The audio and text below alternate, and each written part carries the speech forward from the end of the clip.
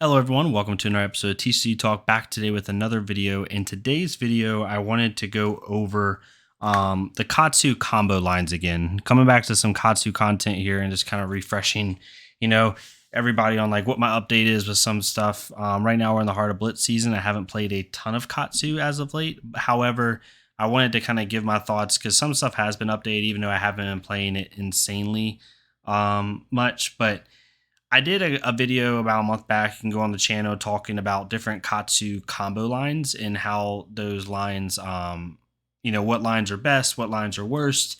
And we've had a lot of discussion in the Katsu channel and the Fab Discord about lines and certain things. And one thing I wanted to do is an update, and it was a suggestion from one of the guys in there or one of the people in there is, I recently switched from if you want to watch my channel, I switched from Snapdragon Scalers to Breeze Rider boots, right? And what lines are good with which boots kind of changes. And so what I wanted to do today is I wanted to kind of talk about the lines as it pertains to each set of boots and which lines are better in which boots, as well as just kind of give an update on what I think about the lines, because a lot of them have changed. So this isn't going to be as statistical as the last one. It's more of opinion based. So, take it with a grain of salt, just one player here. But this is kind of how I perceive it. So Snapdragon Scalers and Breeze Rider boots, for anyone that's not aware, Snapdragon Scalers, when you destroy it, it's an attack reaction, and target attack action card with cost 1 or less gains Go Again. So any attack action you play that's 1 cost or less will get Go Again, whether it hits or not.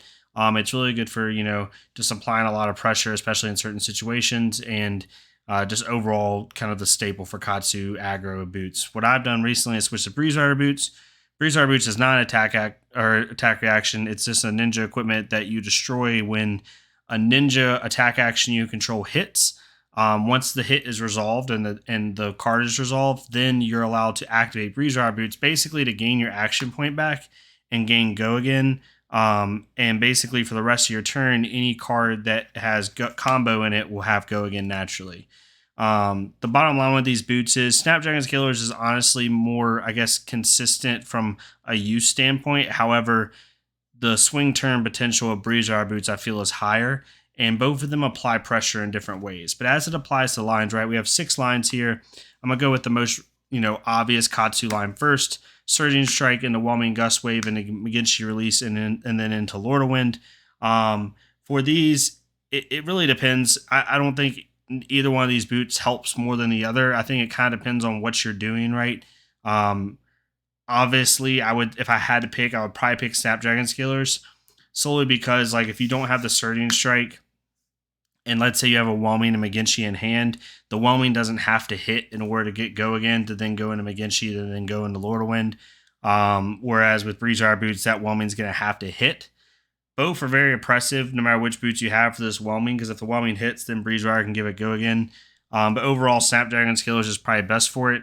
This is still the best line in the deck. I have seen some decks like taking this line out and like playing without the Surging line. The Surging line is your best late game threat combo. It's not even close, and it's a staple in every deck. Like, if anything, you should be playing more around it than less.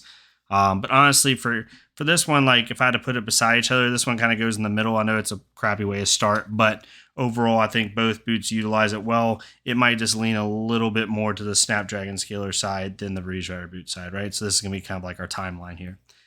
The next line we have is the Head Jab line into Open the Center, into Fluster Fist, or Pounding Gale, right? So you can play Head Jab into Open the Center and then Open the Center into one of these 2 cards.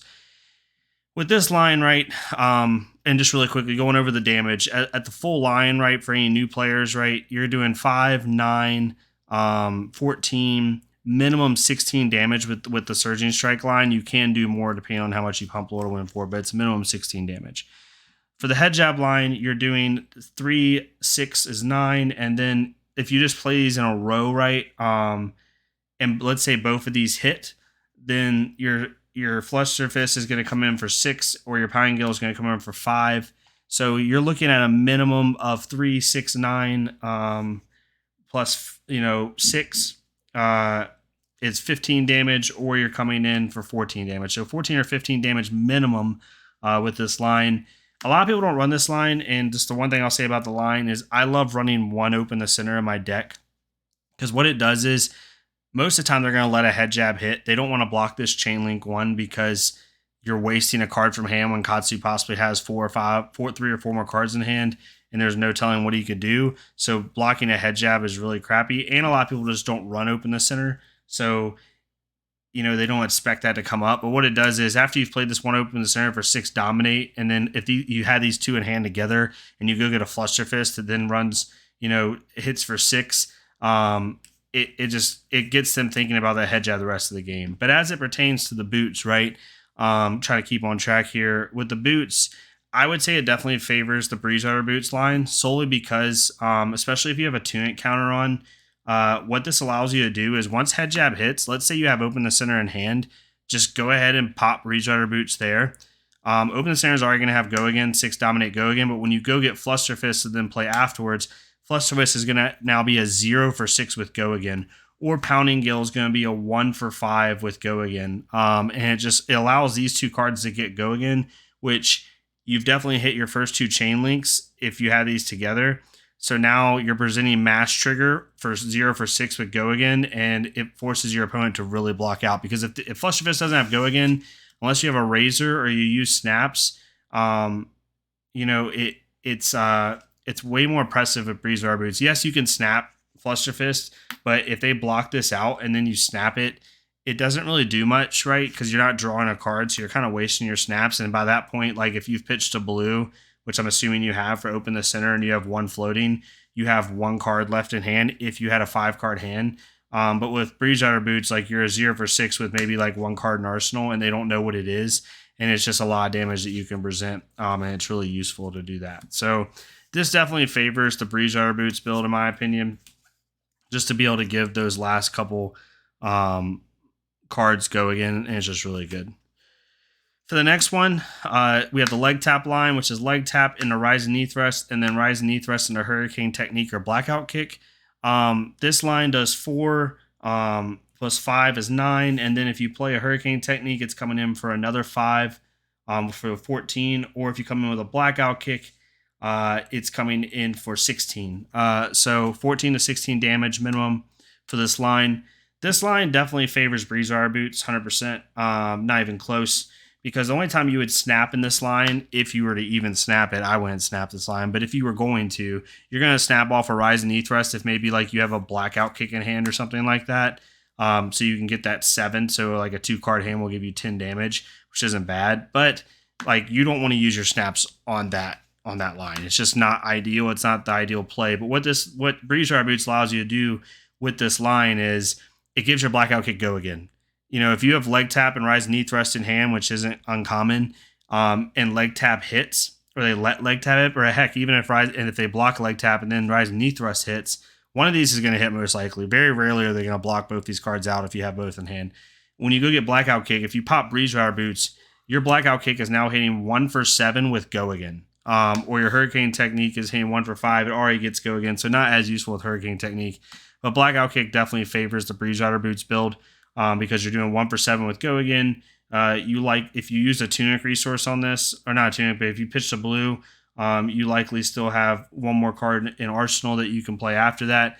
So you really could deal like upwards of 20 or so damage. So I like it for Breeze Rider boots. What I also like about Breeze Rider boots that is really useful with this line specifically is it really allows you to go into both 2 different lines. So like if blackout kick and hurricane technique are no longer in play, but let's say, I don't know, I have for some crazy reason, my hand looks like this, where I have these 3 cards with open the center, and leg tap or rise knee thrust hits, I can go get Fluster Fist, pop Breeze Rider boots, and then play out these 2 lines together, and they're all going to have go again. So it's going to be 4 with go again, 5 with go again, 5 with go again, and then however many of these hit plus 1, so possibly 6 or 7 with go again. So it's really good with Breeze Rider boots to be able to like go mid-turn, go into another line, and it's really useful for that. So overall, I think Breeze Rider boots is more useful for this line. So 3 lines left here, y'all.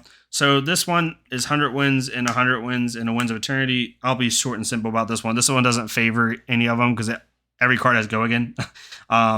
Ideally, you're probably not going to be able to play 3 straight red 100 wins followed by Winds of Eternity unless you just get the God draw, Like you draw these 3 in hand and then go get 100 wins. So I'll just use the realistic line, in my opinion, which is 2 red 100 wins and 2 blue wins of eternity, which gives you 3 plus 4 is 7, and then 7 plus 4 is 11. Honestly, it doesn't favor either boot because I'm not going to pop Breeze Rider boots on this line. I'm not going to pop Snapdragon Scalers, obviously, on this line. But if you made me pick, I'd pick Breeze Rider boots just to give Winds of Eternity. Let Winds of Eternity be a 4 with Go again instead of just a cold 4. So it's by default going to be a Breeze Rider boots favored line, but I'm not ever going to hardly pop Breeze Rider boots on that build, if that makes sense. The next line is Soul Bead Strike into Crane Dance and then into Find Center. The one part of this line I don't have in here is Heron's Flight. I don't have that card. I've never used that card. Most people have never used that card. It's more of just a fun card than anything, so it's not included in this line. However, this line definitely favors Snapdragon Scalers. None of these cards have natural Go Again. In any line where no card has natural Go Again, except for Break Tide, which we'll talk about in a second, is going to probably favor Snapdragon Scalers. This line got nerfed a lot in one of the more recent updates, but it's definitely a Snapdragon Scalers type line just because you're able to not have to hit. One of these cards doesn't have to hit in order to give it the next card Go Again. Then the final line is the Torn of Tempo into Rushing River, and then Rushing River into Flood of Force, and then this Break Tide can either go combo off of Rushing River or Flood of Force, so it's a weird line. It kind of looks like this. I'm going to say this right now. I put Flood of Force in here just to show it because some people run it. I hate this card. Like, I'm just going to remove this card. I don't use that card. The card's not that good. I know some people use it, and that's great. If you want to use it, like, it's just too much variance for me. So we're just going to talk about the line as it probably would be in a normal Katsu line, which is Torn of Tempo and Rushing River and then to Break Tide. At first glance, you would think this line is better for Snapdragon Scalers because none of these cards have natural Go Again, and it is very good in Snapdragon Scalers. However, this line is so much better in Breeze Rider boots because if that Torn of Tempo hits first, or even if the Rushing River hits, and you can get to Break Tide, where Break Tide's 5 dominate Go Again on hit, banish a card, it's just so nice because it'll, like, if you have a 5-card hand, let's say, with these two, and you have to go get Break Tide right, you'd only have to pitch 1 for this. So you can use a Tunic resource for Torn Tempo if you wanted to, or you could keep it if you have like a Razor or something. If you can get one of these 2 to hit and then go get Break Tide, banishing a card, you likely still have, counting your pitch card, you likely still have 1 card in hand or 1 card in arsenal maybe. And then if Break Tide hits, now you have 1 card in arsenal and 1 card in banish with Go Again off the Break Tide, possibly presenting like future mass trigger. It's just a really good line for Breeze Rider boots. And similar to the leg tap line, this line is so nice to go into like mid combo lines. Like if you don't have Torn of Tempo, but let's say you have Rushing River in your hand, right? And then you have, we'll just use the leg tap line again just for reference. If you have leg tap line, Rise Knee Thrust, Rushing River in hand with a blue and then something in arsenal, you can literally go leg tap, Rise Knee Thrust hits, because they don't want to block out both these cards. You go get Break Tide, you pop Breeze Rider boots, you then play Rushing River, and then you play Break Tide, right? So you're playing, a 4, 9, 12, 17 damage hand while also possibly banishing a card, right? So it's just a really good line, in my opinion, for Breeze Rider boots, and it favors that a lot more because the pop-off potential is way higher. Honestly, with Breeze Rider boots, if I had to pick a line I want to use it on, it's either like one line by itself. It's definitely the Torn of Tempo line because that has the biggest chance and most upside in order to utilize the boots to their full potential. But I will say, like, in general, I'm not looking to use Breeze Rider boots on one combo line. I'm looking to use Breeze Rider boots to do multiple combo lines in a turn, throwing my opponent off guard and him not knowing what to block. So it's a little bit hard in this situation. So yeah, that's basically it. It basically comes down to 3 lines I would prefer with Breeze Rider boots, 2 lines I would prefer with Snapdragon Scalers, and 100 Wins is like actually in the middle because it's just has natural Go Again anyway. And I don't think either one of these boots are going to be popped on that line. It just doesn't make sense. But overall, this is the gist of the lines, and this is how I see it now. Really quick, as far as like what lines are best, right? If I had to rank them, not even counting, the boots, kind of like my new rankings, the Surgeon Strike line is still number 1. It's going to be number 1 until some crazy line comes in. I think at its height, I actually prefer the Break Tide line. Well, I'll keep the leg tap line second. Leg tap line is still second just because of consistency. However, break tide's really close. I didn't like break tide line.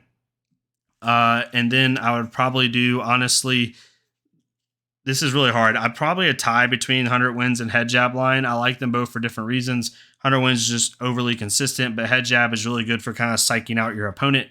And then my final line that I would probably use, at least useful line in my opinion, is Soul Bead Strike line. It just, the nerf really hurt the line a lot. It has no natural go again. Fine center can be blocked with equipment now. It's just not a really great line, to be completely honest. So that's how I'd rank them in my opinion. But hopefully this video made sense. If you have any disagreements, let me know. If you agree with stuff, let me know too. I'd love to hear feedback on any Ninja players out there and how you guys perceive the lines. This is how I perceive them currently. I'm really still running Breeze Rider boots.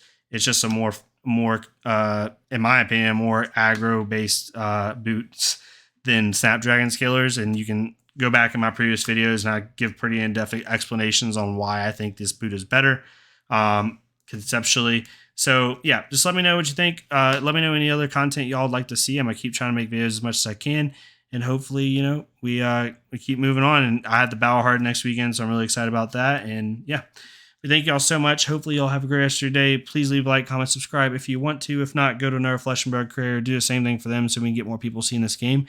And I'll see y'all next time on TCG Talk. Thank y'all so much.